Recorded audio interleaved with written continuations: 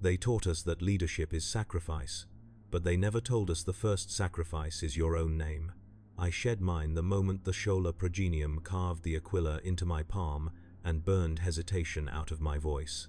From that day forward, I did not speak with my will, but with the Emperor's expectation. A commissar does not bleed for his men, he bleeds them. I have executed soldiers who begged for mercy, gunned down officers who questioned orders, and held the line by turning fear into fuel. And still, when the battlefield goes quiet, and the corpses cool beneath starless skies, I wonder if faith should cost this much flesh. The Astra Militarum fights the enemies of mankind. I fight the weakness within mankind. The galaxy hates us, our soldiers fear us. Some days I fear myself, but fear keeps humanity alive. Walk beside me through fire and judgment. If this path still holds your feet, subscribe and share this burden with others who dare to face the truth. I do not remember the world where I was born, only fragments that slip through sleep like sand through gauntlets. A woman's voice humming a lullaby, a hand brushing dust from my cheek, the smell of burning metal carried on wind thick with ash. Someone once loved me, but the Imperium teaches that love is a luxury reserved for planets that still have skies. The day the war reached us, the sky was replaced by streaks of descent fire. Astra Militarum landers touched down like falling monuments. When their boots left our soil, the only thing they took were the children. I became one of them, stripped from my bloodline and delivered to the Schola Progenium. The Schola did not welcome us, it processed us.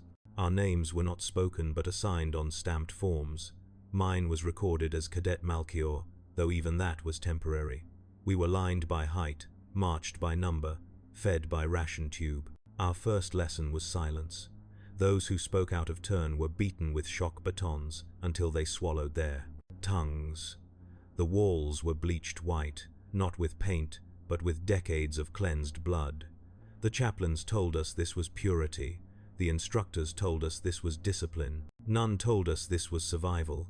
Children entered the Schola with hope. Adolescents left as weapons. We slept in narrow metal bunks, 6 to a compartment, supervised by servo skulls drifting overhead with Auspex sensors primed to detect nightmares spoken aloud.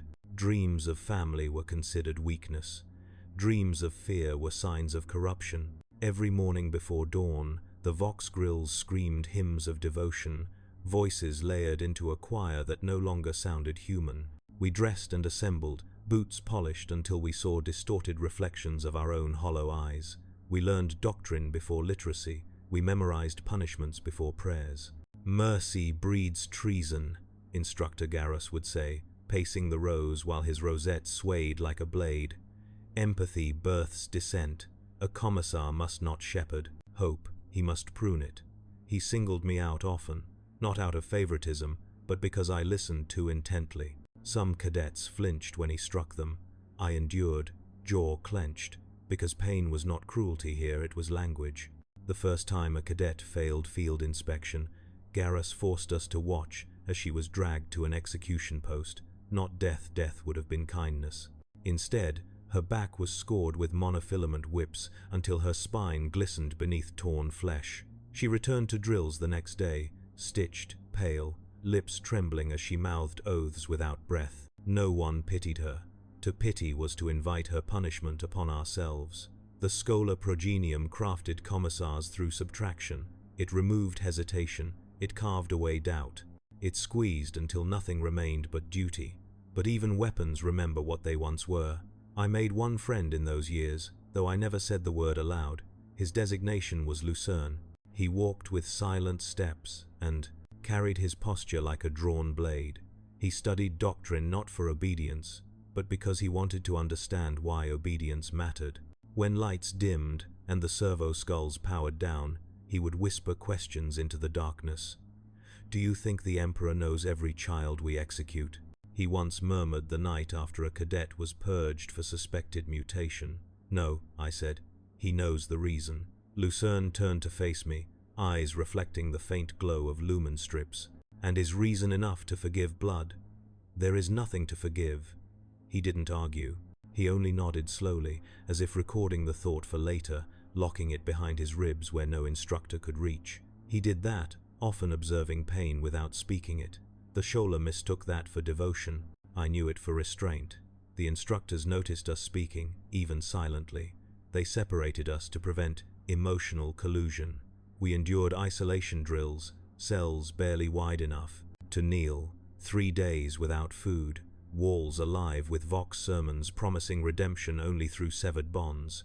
They understood that comradeship forged soldiers, commissars required solitude. When isolation failed, the instructors escalated. During a winter cycle, our cohort was summoned to a courtyard where frost clung to broken flagstones.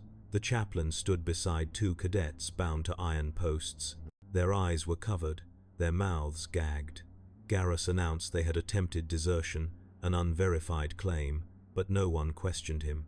He placed a bolt pistol in my hands, cold metal heavy enough to drag my conscience downward. "Commissar candidates must kill without hesitation," he said. "Execute one, the other will be released." I felt Lucerne's gaze from across the line. He didn't speak. He didn't need to. His silence carried a plea I couldn't acknowledge. I raised the pistol. The first cadet's shoulders trembled. The second stood unnaturally still, accepting whatever fate came. I shot the still one. The body slumped, chains rattling. Garrus nodded in approval, then drew his own weapon and executed the remaining cadet. Shock rippled through us, but none dared move. "To hesitate is to gamble with consequences you cannot control," he said. "That is why you do not choose between lives. You remove choice entirely." We were dismissed. Lucerne caught up with me that night in the corridor, expression unreadable. "You killed the wrong one." "No," I said quietly. "I killed the one already prepared to die." He stared at me long enough that the lumen strip flickered overhead. "And if she could have lived?" I turned away. "Then the Emperor will judge me." He exhaled softly. Not disappointment, not relief, acceptance. In that moment, our paths diverged, though the ground beneath still held us side by side. Graduation came not with celebration, but with branding. We knelt in a vaulted hall where stained glass depicted saints, burned alive and martyrs flayed for refusing surrender. Each cadet was assigned a regiment before their skin had healed. Some were sent to planetary defense forces, others to naval command fleets. A select few were chosen for the most unstable regiments, where commissars were needed to enforce compliance through fear rather than faith. My assignment, the 47th Carsian Iron Guard, a regiment known not for victory, but for survival. Before departure, I knelt before a stone altar, carved with bullet scars from generations of failing cadets. A robed administrator pressed a ceremonial blade to my palm, carving the aquila into flesh. Blood pooled into the grooves, dripping onto the floor. The wound was cauterized by a branding seal shaped like a spread-winged icon. The heat seared through bone, leaving nerve endings permanently raw. From that day onward, every time I gripped a weapon, pain reminded me what I served. A final proclamation echoed through the chamber. Commissars do not lead through love, nor through trust. They lead through inevitability. We boarded transports that same night. No goodbyes, no farewells. The scholar had taken those words from our language. Lucerne stood beside me at embarkation, cloak billowing in engine wash. His gaze lingered on me as if memorizing a face he might never see again. "We will meet again," he said, not as hope, but prophecy. I did not answer. Inside the transport, I sat among crates of munitions rather than soldiers. No one addressed me. Commissars traveled alone, even when surrounded. As thrusters roared and the transport breached atmosphere, I glanced toward the viewport. The planet below receded into blackness. It felt less like departure and more like burial. Space swallowed us. The void stretched endless, indifferent. The ship vibrated with warp engines priming for translation, hymns echoing through steel corridors to ward off the madness that seeped between dimensions. Servitors glided past, limbs reconfigured for maintenance tasks, eyes blind to anything beyond coded instruction. I sat with back straight, boots polished, uniform pristine, one hand pressed over the fresh brand beneath my glove. The pain pulsed in rhythm with the ship's engines, a reminder that identity had become oath. What I didn't realize then was that duty would soon stop being doctrine and begin being blood. When the warp transition ended, alarms blared. Not battle alarms, arrival tones. Through the viewport, I saw my new battlefield, a world drowned in mud and smoke, dotted with trenches like open veins. No banners flapped, no monuments stained the horizon, only artillery fire and distant screams carved silhouettes into the dark. The 47th Carsian Iron Guard awaited me there. I stepped off the ramp onto soil so saturated with blood it sucked at my boots. Officers saluted stiffly. Soldiers averted their eyes. No one smiled. Commissars were not greeted, they were endured. A major approached, face lined with exhaustion. We lost 3 squads during night raids. Morale is unstable. Command hopes your presence will correct our trajectory. His voice caught on the word presence, as if he had wanted to say threat. He gestured toward a battered command tent. Your predecessor died 2 days ago, he added. Friendly fire. I stared at him until he looked away. Then I will not make his mistakes. He nodded silently. Night fell. Artillery lit the horizon like dying stars.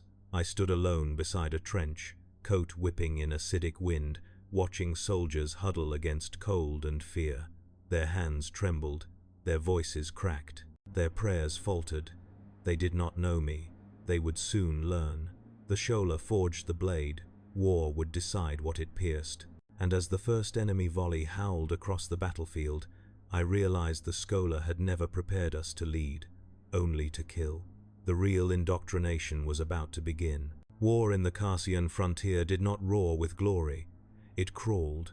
Trenches stretched across the continent like necrotic veins, their walls sagging with mud, and the remains of soldiers too mangled to reclaim. The sky was a permanent bruise of artillery smoke, clouds shredded by shrapnel and burning debris.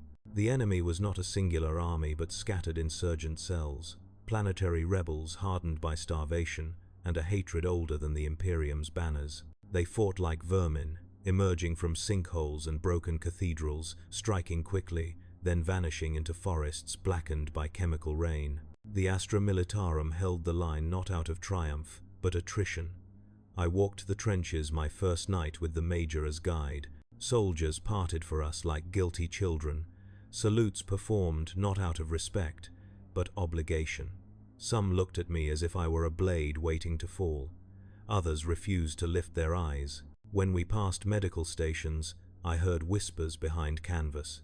Walls pleas for anesthetic, screams cut short by syringes, Medicae priests murmuring litanies of sterilization as limbs were removed by saw, not flame. These were not soldiers bred for triumph. They were men and women who had known only loss. Near the command post, a Vox operator slumped over his console, helmet off, sweat dripping from his brow. His hands trembled as he tuned frequencies, static crackling with faint enemy signals. His breathing was ragged, lips pale. I watched him for a moment, reading his posture. He was afraid that was normal. But beneath the fear was something more corrosive. Defeat.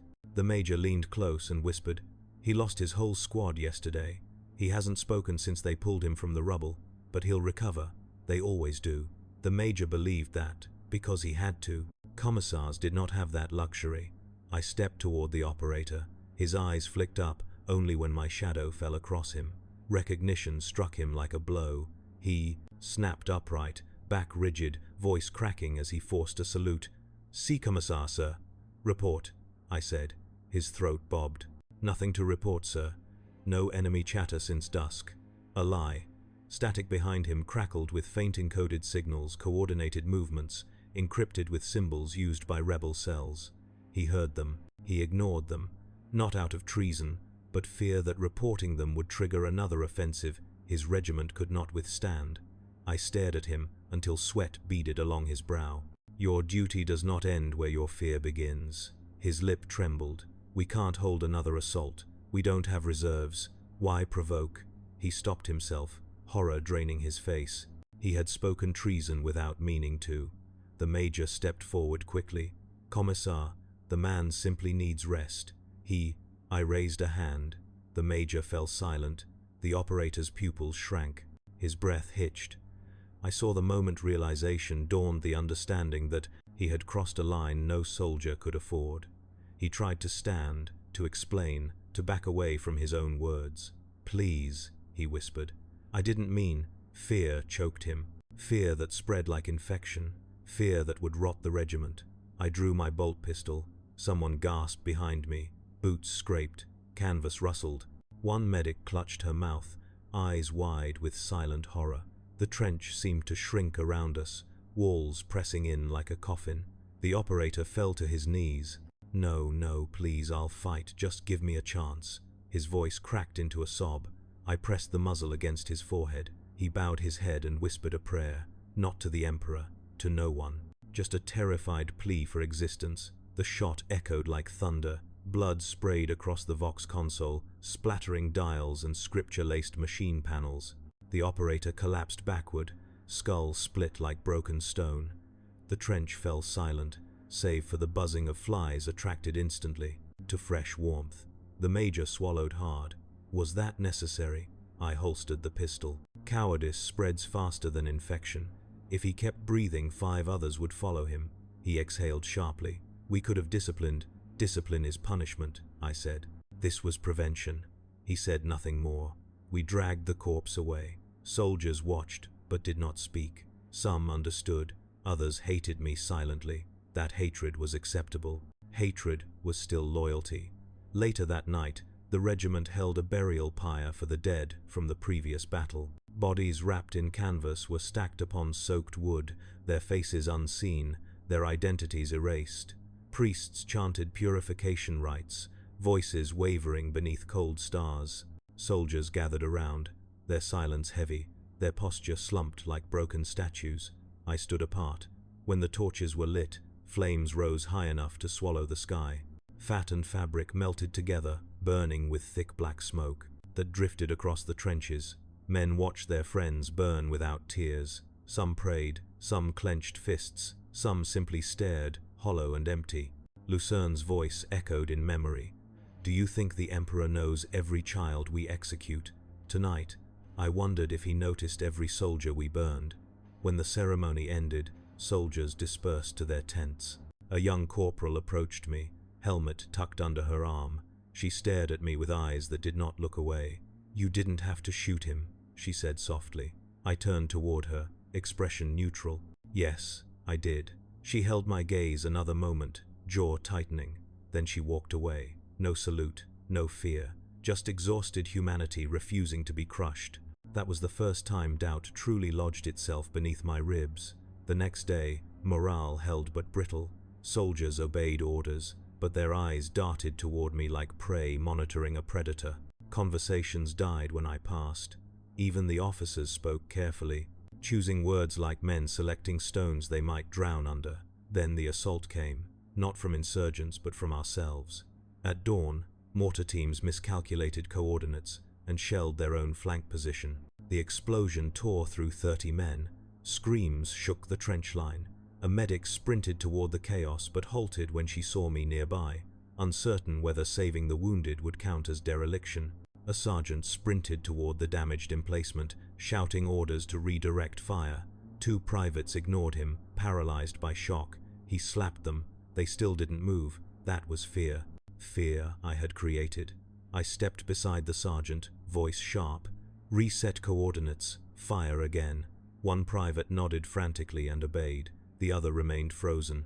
I grabbed him by the collar and shoved him against the sandbag wall, forcing his gaze to meet mine. "You don't get to collapse," I said quietly. "You live, or others die." He swallowed hard, tears spilling down his face, then forced himself into motion, hands shaking violently as he reset targeting parameters. The barrage resumed properly, but something fractured. That night, a squad leader requested transfer, citing morale destabilization. Command denied it. The next night, another soldier stopped eating. The night after that, a trooper tried to desert by slipping into an abandoned tunnel network beneath the trenches. He never made it out. I intercepted him in the dark. He raised his lasgun halfway, not in threat, but in pathetic defense. He couldn't even bring himself to aim. His eyes were red, cheeks streaked with grime, fear carved into every trembling muscle.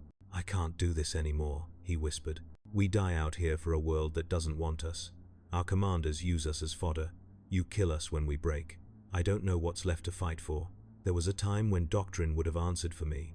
Instead, I asked, no, stated, because a commissar never asks something different. You fight because someone must. A tear slipped down his face. I don't think I can be that someone. You already are. He dropped the gun and collapsed to his knees, sobbing, not out of weakness, out of exhaustion, the kind that rots bone. Tradition demanded execution. Discipline demanded sacrifice. Duty demanded fear. I drew my pistol. He looked up at me, resigned. But I did not fire, not because I chose mercy, because I chose strategy. If you run, I said, you die alone. If you stay, you die together. The difference is meaning. He swallowed, nodding slowly. I holstered the pistol and turned away. That night, he returned to his post and fought fiercely the next day. Soldiers noticed. Rumors spread. Some saw me as protector. Others convinced themselves I had grown soft. Both were wrong. The first execution hurt because it severed something inside me I did not realize existed.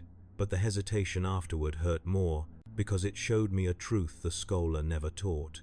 Fear can command obedience, but belief commands loyalty. 3 cycles later, the enemy hit us with precision. Mortars cut through defensive lines. Trench walls collapsed, burying soldiers alive. The sergeant who once slapped his men took a bayonet through the throat. I dragged him behind a broken barricade and watched his life spill out in steaming waves. His final breath formed a single word, why? Not accusation, confusion. He had done everything right, obeyed every order, killed when commanded, died where told. Still, he sought explanation. I could not give it. I closed his eyes and stood before the trench. Soldiers huddled, shaking, staring out at dark no-man's land, where enemies advanced like jagged silhouettes. A line on the precipice of collapse. One order could break them, one spark could hold them. I stood atop the trench wall, cape whipping in the toxic wind, bolt pistol raised. Artillery flashes illuminated me. From behind, carving a silhouette against choking smoke. Stand, I said simply. No roar, no sermon, just a command. One soldier raised his rifle, then another, then all. They stood not because they feared me, because they refused to fall alone. When dawn rose, we held the line. The dead lay in frozen mud. The living stared into sunrise with numb eyes. The major approached me silently. You did not execute deserters today. No, I said. Why? Because they didn't desert. He nodded, not in approval, but understanding. Later, while walking alone past burnt barricades, I realized what the Shola had never intended us to learn. A commissar's duty is not to kill. It is to know when killing stops being duty and starts being cowardice. But that truth carries its own burden. The first execution hurt the most. The ones that followed hurt differently. Not because I doubted their necessity, but because I finally understood why they were necessary. And somewhere on the wind, amid smoke and dawn's fragile light, I wondered not as officer, not as weapon, but as man, how many lives must be taken to preserve the ones still left to die. The only answer was silence. And silence is the only truth the Imperium will never teach. Weeks bled into months, though calendars meant little on Carcia. The sun seldom pierced the smoke-draped horizon, and when it did, it revealed landscapes so scarred by shelling and chemical storms that daylight felt like a merciless spotlight, exposing the ugliness of survival. The trenches deepened as Earth collapsed into itself. Bones built their foundations. Soldiers adapted, not through training, but a kind of feral instinct born from repeated loss. They slept with fingers curled around triggers, whispered to corpses as if apologizing for walking past them, and stared at ration tins like oracles revealing futures too thin to taste. Through it all, I moved among them, neither savior nor executioner, merely a constant reminder of a war they could not abandon. Some avoided my gaze, others met it with quiet defiance. A few began to watch me with the reverence men reserve for weapons they rely on but do not understand. I had never been trained to receive loyalty not rooted in fear, and the unfamiliar weight of it left my steps heavier, not lighter. The rebels changed tactics. Where once they struck like scavengers, they now moved with precision. Ambushes synchronized across kilometers, indirect fire coordinated through encrypted bursts we intercepted too late to counter. Someone was supplying strategy beyond planetary insurrection.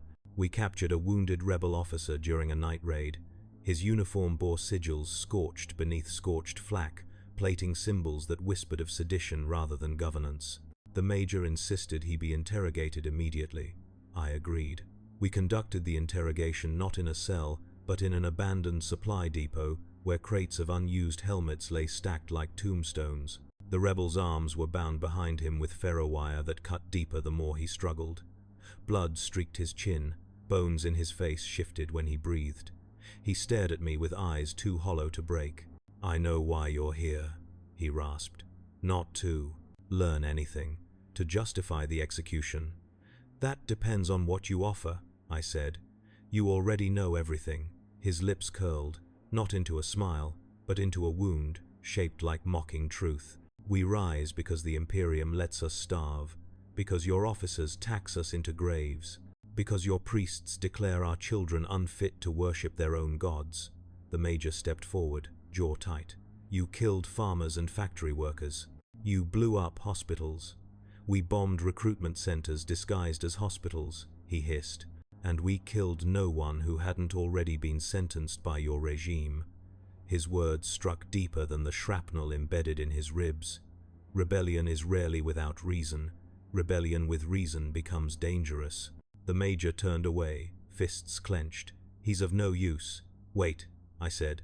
I crouched in front of the rebel, meeting his gaze. "Who is coordinating you?" He leaned forward until his forehead nearly touched mine. "Someone who remembers what humanity was before the Imperium caged it. Not a name, an ideology." The major signaled 2 soldiers. They raised their lasguns. The rebel closed his eyes, not in acceptance, but in relief. I stood slowly. "End it." 2 shots, 1 corpse. Later that night, the major approached me outside a ruined chapel where soldiers slept curled beneath shattered icons. "Do you ever tire of killing those who believe more fervently than we do?" I didn't answer. He already knew. The war's trajectory shifted after that interrogation. Attacks intensified. The enemy moved not to defeat us, but to break us psychologically. They targeted waterlines first, then Medicaid stations, then supply depots holding spare boots and winter coats. Soldiers marched barefoot through snow, their blood staining frost like crimson scripture. Hunger hollowed cheeks, frostbite blackened fingers. The living envied the dead because the dead no longer followed orders. When winter arrived, bodies froze upright where they fell, icicles forming along Lazarifal stalks, eyelids stiff with frost. Command issued new survival protocols: rotate squads every 6 hours, burn corpses to prevent disease, sleep in pairs to detect hypothermia. Men obeyed out of instinct rather than discipline. One morning, while inspecting rear trenches, I found a pair of soldiers huddled under a collapsed tarp, their helmets touching. One slept. The other sat awake, teeth chattering, staring blankly at nothing. I knelt, placing a hand on his shoulder. His flesh was ice cold. "You should rest," I said. He blinked, pupils unfocused. "If I sleep, I won't wake." It was not fear, it was fact. I removed my cloak and draped it over both of them. He looked at me with eyes wide, bewildered that a commissar would offer warmth instead of judgment. "Why?" he whispered. I stood before emotion could form words. My boots cracked ice beneath them, sounding louder than gunfire in the quiet. Snow. I did not answer him because I did not know. Perhaps cruelty was easier than compassion. Compassion forced reflection. Reflection forced doubt. Doubt was death. Later that night, artillery returned. The rebels had acquired heavier munitions stolen, purchased, or gifted by unseen hands. Shells screamed across the battlefield and detonated with concussive force that lifted entire trenches into air.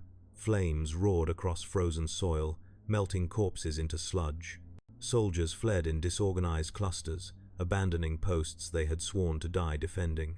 Desertion took shape, not as rebellion but instinct, bodies seeking safety even when safety did not exist.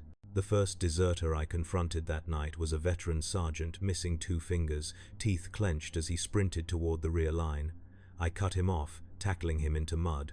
He fought back with a desperation that spoke not of cowardice, but exhaustion. "Let me go," he spat. "There's nothing left to defend. They've already taken everything." "You still breathe," I said. So there is still something to kill for." He laughed, broken. "You think life is reason enough? Look around you." Flames reflected across his eyes, turning tears to molten glass. He was right. The battlefield offered no future worth surviving. The Imperium demanded loyalty, while offering nothing but prolonged suffering. The scholar would have executed him on the spot. Instead, I released him and stood. "Then die here with purpose instead of running without it." He stared, chest heaving. Then he picked up his rifle and ran back into the fire, not because I commanded, but because I reminded him that death without meaning is just another form of surrender. Not all chose the same path. Hours later, we found 5 more soldiers attempting to escape through an abandoned sewer network. They froze when my silhouette appeared in the tunnel entrance. Mud covered their faces. Their rifles hung useless at their sides. One looked barely 16. "Please," she whispered. "We can't watch another friend die." Her voice held no malice, only grief. I raised my pistol. She closed her eyes. But before I could pull the trigger, the tunnel ceiling collapsed, crushed by shells overhead. Debris buried 3 of them instantly, screams silenced beneath stone. The rest were thrown back by the blast. When the dust settled, they stared at me, not as executioner, but witness. I lowered my pistol. "Go back," I said. They ran not away, but toward the front. War reformatted their choice without my intervention. The night ended with silence heavy enough to suffocate. The major met me beside a crater where bodies floated in steaming water. His face looked older, lines deeper, hope eroded. "This regiment will not survive another month," he murmured. "It doesn't need to," I said. "It only needs to survive tomorrow." He exhaled, defeated. "You speak like a priest." "I speak like someone who has run out of lies." He nodded once, resigned. Days later, a transport ship landed at the rear lines, carrying supplies and reinforcements. Among the newcomers stood Lucerne. He emerged from the ramp dressed in commissarial uniform, cloak whipping in wind, eyes sharp with familiar restraint. When he saw me, he paused, not surprised, but recognizing inevitability. We approached one another through falling ash. "So you did survive," he said. "So did you." He studied my face, reading changes the war had etched there. "You learned something the Shola never taught. So did you." His gaze drifted across the trenches, the corpses, the broken men clinging to rifles they lacked the strength to lift. "We were forged to enforce the Emperor's will, but the Emperor's will demands understanding. They never taught us that." "Understanding is a burden," I said. He nodded. "A burden we share." We spoke no further. War did not allow long conversations, but his presence was anchor and mirror, reminding me what I might have become and what I still feared becoming. We fought side by side through the next assault, executing 3 traitors between us, saving 12 soldiers from execution by convincing command they still had fight left. Lucerne killed swiftly, cleanly, without cruelty. He did not doubt, he did not revel, he simply did what needed to be done. One night, after the front stabilized, we stood atop a ruined watchtower watching Medicaid teams load stretchers into transports. Snow fell softly, muting screams into whispers. Lucerne spoke first. "Do you ever wonder if loyalty itself becomes corruption when unquestioned?" "Yes," I said, "but questioning too much breeds betrayal." "So, we walk the edge," he murmured. "We always have." He looked at me with eyes reflecting distant flames. "The galaxy thinks monsters are born from warp sorcery and heretical faith. They're wrong. The Imperium makes its own. Monsters, one execution at a time. And yet we remain loyal," I said. "Loyal," he agreed, "even as it kills us." The wind carried smoke across our faces. Somewhere in the distance, mortars cracked thunder. We stood like statues, guardians of a cause that demanded we erase ourselves to preserve it. Over time, the soldiers no longer feared me the way they once had. They still flinched at my presence, but their eyes held a different reflection, not terror, not reverence, dependence. That was more dangerous than hatred. War does not create loyalty. It molds desperation into shape, then calls it devotion. As months wore on, I realized the truth that made my bones ache. I was no longer an executioner of cowards. I was shepherd of broken men, walking them to their deaths so others might live long enough to be broken too. War did not make heroes, it made replacements. And as I watched soldiers march into battle with hollow eyes and cracked faith, I understood the burden we carried as commissars. Not to enforce the Emperor's will, to absorb the moral cost of his demands. We killed so others could remain pure. We sacrificed conscience so their hands stayed clean. We became monsters so humanity didn't have to, and we did it willingly. The scholar had taught us how to kill, the battlefield taught us why.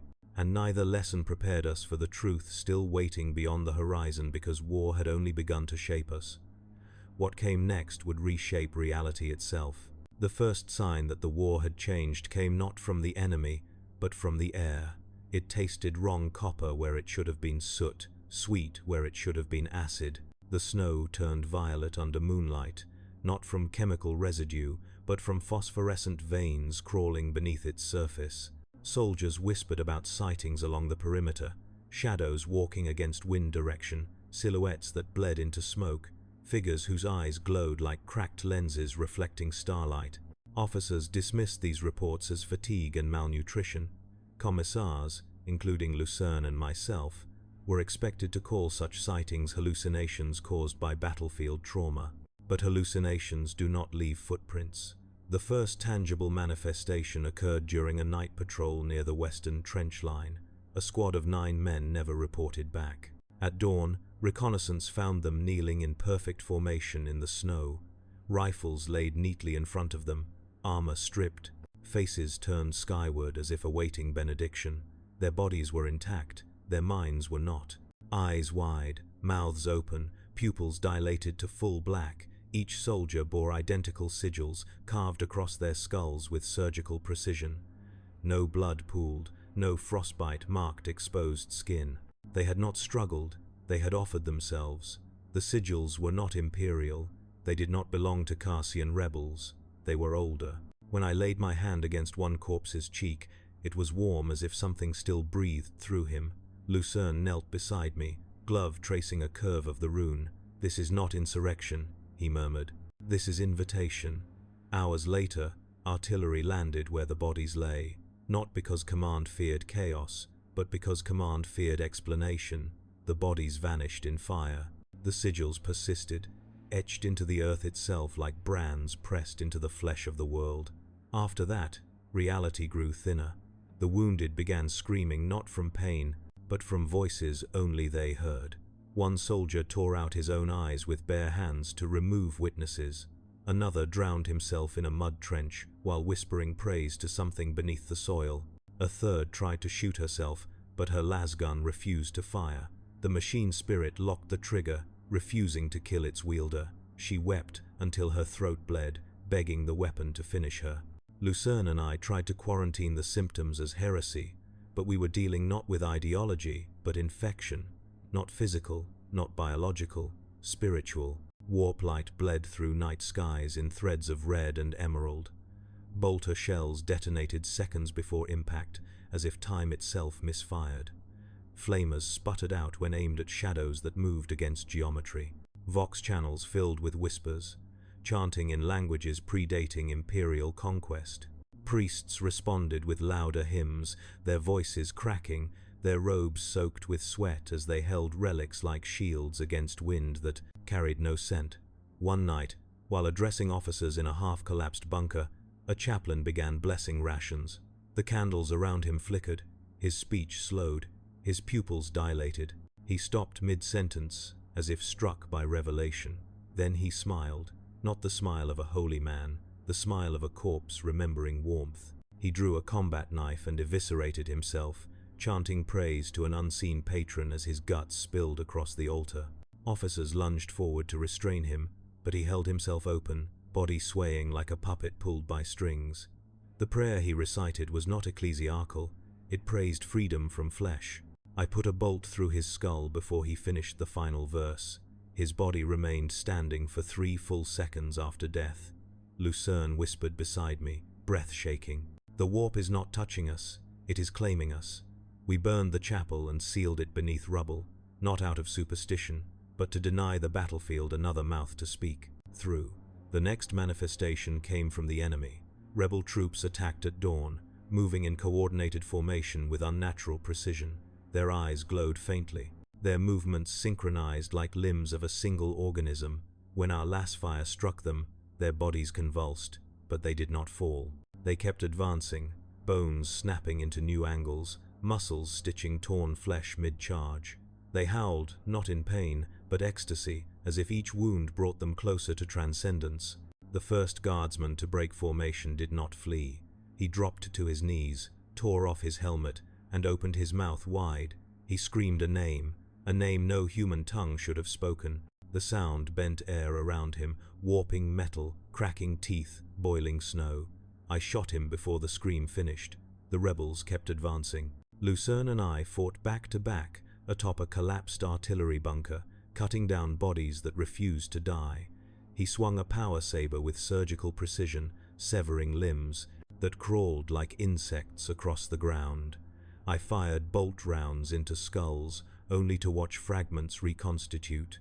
In the chaos, I heard Lucerne's breath change not with fear, but disgust. "This is corruption," he hissed. "Not faith, not rebellion, corruption." "Yes," I said, but that word felt incomplete. Corruption implied infection. This felt like invitation. When the battle finally broke, not because we triumphed, but because reality snapped shut like a trap closing, survivors lay panting amid steaming corpses. Snow melted in trails beneath their bodies. Flames burned in colors no Prometheum should produce. The rebels withdrawn, though whether they retreated or were recalled, remained unclear. Lucerne and I stood alone on a ridge. The world below glowed with fractured geometry trenches lit by ghostly embers, artillery shells frozen mid-air for moments before detonating in reverse order. Lucerne cleaned blood from his coat. His hands shook. "We need to report this to higher command," he said. "This is beyond mortal insurgency. If demonic influence manifests at planetary scale, we require purgation protocols." "You know how command will respond," I said. "Orbital cleansing, exterminatus. They will kill every civilian left. And if they do nothing," Lucerne countered, "the warp will devour them anyway." Between those choices, morality did not exist, only outcomes. Before we could decide, soldiers approached us, veterans, officers, wounded men clutching bandaged limbs. They looked at us not with fear, but expectation. They wanted direction. They wanted salvation. They wanted someone to tell them the warp could be fought. Lucerne opened his mouth to speak. I raised a hand to stop him. "We do not fight the warp by pretending it is myth," I said. "We fight by remembering it can bleed." The men nodded, some with fire returning to their eyes, others with desperation.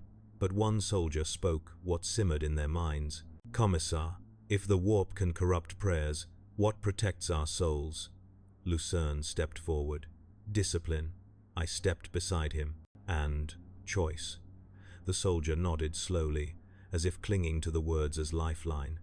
That night, I could not sleep. The wind carried whispers along the trenches, not words, tones, invitation. I walked alone through fallen snow until it led me to the ridge, overlooking a crater shaped like an open maw. Something glowed beneath ice, not fire, not energy, consciousness. I stared into it. It stared back. No voice spoke, yet it communicated. Not domination, understanding. It offered power, not as temptation, as evolution. I drew my pistol and fired into the ice until the glow faded. The crater fell silent. At dawn, Lucerne found me sitting alone, barrel still smoking. "You stared too long," he said softly. I wiped snow from the bolt pistol's casing. It wanted something. It always wants something. And if offering prevents more. "Death?" I asked. He turned to me, expression sharp. "Power that demands surrender is not salvation. It is hunger." I nodded, but the words did not silence the memory. Through the following weeks, I executed 8 soldiers, not for cowardice, but for succumbing to whispers of warp-born promise. Each begged not for mercy, but for release from voices that coaxed their final thoughts. Some died thanking me, one died laughing, another died smiling, one died whispering that the Emperor was not watching. Those executions carved deeper wounds than the first. Loyalty no longer meant obedience. Loyalty meant refusing the relief of surrender. Eventually, the Major called a strategic meeting beneath the remains of an armored cathedral half swallowed by earth. Officers gathered around a hololith, displaying shifting front lines. Lucerne stood beside me, posture still, face unreadable. Soldiers watched through broken stained glass from above, their breath fogging in frozen air. The Major addressed us. The rebels are no longer operating with mortal command. Something is directing them from outside conventional space. Some officers objected. Others whispered prayers. The Major slammed a fist on the table. This world is falling. We either hold the line or burn it ourselves. The room fell silent. Everyone looked to me, not Lucerne, me. Not because I had authority, because I had become the boundary between fear and collapse. There is no victory left here, I said. Only choice between scars. The Major nodded slowly. Then he asked the question no one wanted answered. What does the Emperor demand? Lucerne inhaled sharply. The soldiers leaned in. Across the broken cathedral windows, warp light rippled like auroras over a corpse-filled world. I spoke with a voice raw from too many executions. He demands we endure until endurance becomes the only holy act left. They accepted that, not with cheers, with silence, the kind that precedes bloodshed, the kind that feels like prayer. When night fell, the warp surged again. Snow lifted from the ground, suspended mid-air like dust trapped in gravity's hesitation. The wind stopped. The sky split, not physically, not violently, but subtly, as if peeling open a second layer of existence. Voices echoed through the trenches, whispering through bone rather than air. This time, we did not cower. We fought. Even when reality bent, even when bullets curved, even when bodies reanimated in patterns that mocked life, even when I felt a hand press against the back of my skull, not physical, but familiar, offering strength in exchange for surrender, I denied it. But the effort left cracks. Lucerne fought beside me, blade humming, eyes burning with clarity that cut deeper than steel. At one point he seized my shoulder mid-strike, pulling me from a blow I never saw coming. His voice trembled against the roar. You cannot afford to waver. If you break, they all break. He meant the men. He also meant himself. I nodded once and stepped back into the chaos. When dawn came, we still held the line, barely. Bodies lay frozen in silent worship. Warp light faded. The sky returned to smoke. The rebels retreated, not defeated, but sated. Lucerne and I stood among the dead. He exhaled slowly. The warp did not come to claim us, he said. It came to remind us how small we are. And how appetizing, I said. He closed his eyes, jaw clenched. If this continues, we won't be fighting rebellion. We'll be fighting faith itself. No, I murmured. We'll be fighting the space where faith dies. We turned back toward the trenches, soldiers waiting, artillery silent, air heavy with dread, not of death, but of meaning. Because once the warp speaks to you, you no longer fear dying, you fear believing. The Emperor demands loyalty. The warp demands surrender. But the battlefield demands something far more difficult. To stand between them without kneeling to either. War had already made us weapons. Now it threatened to make us altars. And as the wind carried dying whispers across the frost, I understood the truth no scholar doctrine prepared us for. Faith is not shield, it is battlefield, and we were still learning which side we truly fought for. The final campaign began not with an assault, but a silence so complete it felt artificial. For the first time in months, no artillery thundered across the horizon, no rebel scouts probed our wire, no Vox traffic broke against static. Snow fell in soft spirals, settling between corpses frozen mid-scream. Soldiers stood at the parapet, rifles lowered, blinking into a world that suddenly felt abandoned. The absence of violence felt like treachery, as though the planet itself inhaled before choosing which side to exhale upon. Lucerne stood beside me, cloak dusted with ash rather than snow. He watched the horizon with the expression of a man reading omens rather than terrain. Either they are defeated, he said quietly, or they are finished with us. I understood. The first possibility was unlikely. The second was inevitable. At midday, a reconnaissance drone returned from orbit carrying fragmented data slates. They contained images of rebel encampments once teeming with life, now empty. Structures stood untouched. Weapons remained stacked. Banners still fluttered, but not a single body lay inside. Not living, not dead. It was as if the army had been plucked from reality, without leaving footprints. The major summoned senior officers to a field command tent, stitched together from flak canvas and cathedral cloth. Maps lay spread across a cracked stone altar salvaged from ruins. I stood with Lucerne near the rear, listening as officers debated whether to advance, retreat, or signal for reinforcements. None of them understood that war had already moved beyond logistics. Eventually, the major raised a hand. "We track movement toward the old planetary capital. Civilians once fled there. The rebels may have led them." Lucerne glanced at me. "Or delivered them." "Delivered," I echoed, voice flat. No one questioned what we meant. The warp does not discard followers, it consumes them slowly. We marched at dawn. The path to the capital was lined with pyres of corpses scorched beyond anatomy. Their bones crumbled into powder beneath boots, drifting like pollen across broken streets. Buildings leaned inward, their walls bowed by invisible pressure. The air hummed with sound too low to hear, yet too present to ignore. Soldiers moved in tight formation, each step heavier than the last. Even lasguns felt lighter, as though reality thinned enough to let material weight fall away.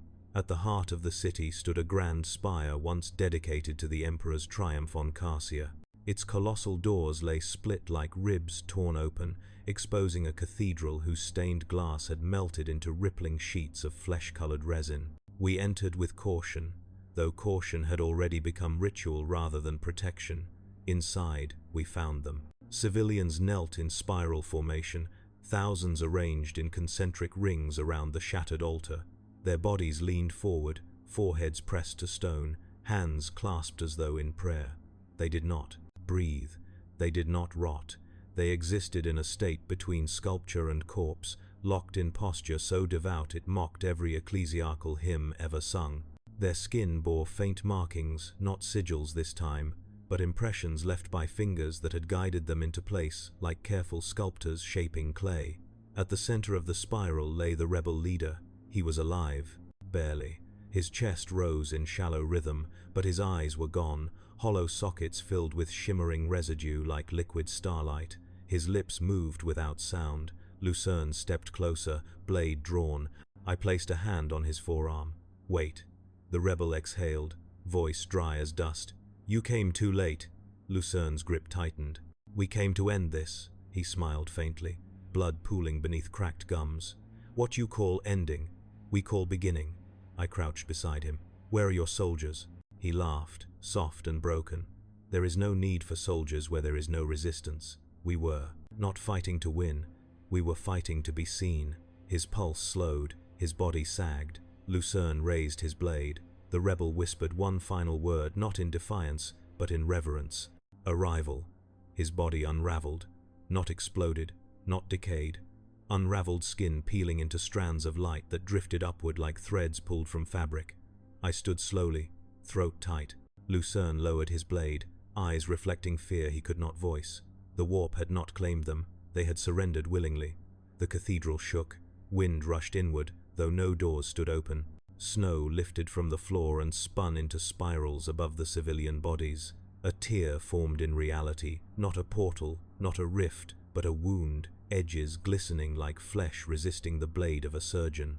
Eyes blinked from within, overlapping in impossible geometry, retreating and emerging with each pulse. Soldiers dropped to knees, not out of worship, out of pressure crushing their chests. One man screamed until his process, jaw dislocated.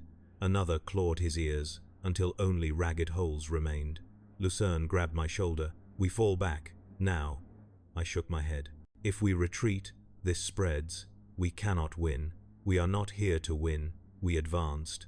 Bolt pistols, chainswords, flamers, they meant nothing. Every round that struck the wound dissolved into vapor.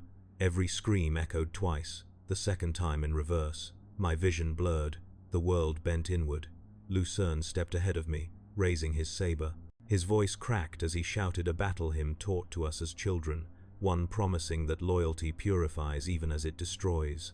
The sound steadied soldiers behind us, if only briefly. The wound pulsed, tendrils reaching outward like fingers seeking throats. One brushed Lucerne's chest and seared an imprint of his ribcage through his coat. He staggered, but did not fall. He looked at me, not as comrade, not as fellow commissar, but as the last mirror of who he was before duty devoured him. "If I break," he said, voice shaking, "kill me." "I will not let you break," I said. He smiled, sorrowful. "You already have." He turned and charged the wound. It reacted like a beast forced to swallow fire. Light flared, blinding. Lucerne's body lifted from the ground, limbs severing not by blade, but by disintegration of concept. His flesh peeled into memory. His voice echoed once my name, or what remained of it. Then he ceased. Silence followed. Not calm, absence.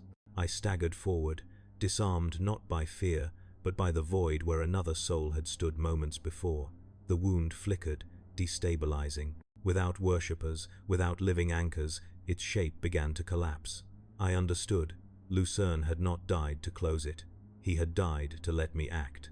I holstered my pistol and reached for the only weapon left, doctrine. I recited the Schola Progenium oath, not as indoctrination, but as defiance. Each word denied the wound permission to exist, not faith, not prayer. Command. "I serve not to be saved," I whispered. "I serve so others may die free." The wound shrank, convulsing. I do not beg the Emperor's love. It writhed. I accept his indifference. It screamed without sound. And I carry his burden so no one else must. The wound collapsed, folding into itself until only charred stone remained. Silence returned, not hollow, but final. Soldiers slumped to the floor, trembling. Some wept. Some stared at me with awe so misplaced it hurt. Others screamed Lucerne's name. I did not move. Hours passed. Dawn rose. Snow fell again, gentle and real. The major approached me slowly, face gaunt, armor cracked, voice small beneath the weight of witness. "Commissar, the regiment is broken." "Yes," I said. "What now?" I looked at the bodies arranged in spirals, at Lucerne's absence, at the cathedral walls scarred by power no mortal should witness. "We continue," I murmured, "until breaking becomes the only proof. We lived at all." He nodded, unable to argue. We left the capital in silence. No songs, no banners, no victory reports. Vox channels remained quiet. The warp retreated, not defeated, but uninterested for now. Command eventually sent transports to evacuate survivors. They hailed me as stabilizing presence. They requested reports. They demanded explanations. I offered only truth. The Emperor's love is not mercy. His love is expectation. He does not save us. He uses us. And we allow it because the alternative is surrender to the warp, to chaos, to the part of ourselves that yearns to stop fighting. Lucerne's absence haunted me as transport engines ignited. I stood at the ramp's edge, watching snow swallow footprints behind us. Soldiers filed past, hollow but breathing. They survived, not because of discipline or fear, but because someone had to live long enough to remember. Before boarding, the major asked, voice low, "Do you believe the Emperor sees what we sacrifice?" I answered honestly, "I believe he expects it." "And is that enough?" I met his gaze. "It must be." We lifted off, leaving Cassia behind, purged not by fire, but by the cost of endurance. I did not pray. I did not mourn. I simply carried another world's weight into the next. Because a commissar is not chosen to win wars. A commissar exists to ensure humanity loses on its own terms. We kill hope before hope becomes betrayal. We kill faith before faith becomes hunger. We kill ourselves long before the enemy has the chance. And when the Emperor finally calls us to him, if he ever does, it will not be with open arms. It will be with silence, the kind that acknowledges a tool well used, the kind that leaves nothing left but the echo of duty, the kind we were created to bear, the kind we accepted the moment we surrendered our names.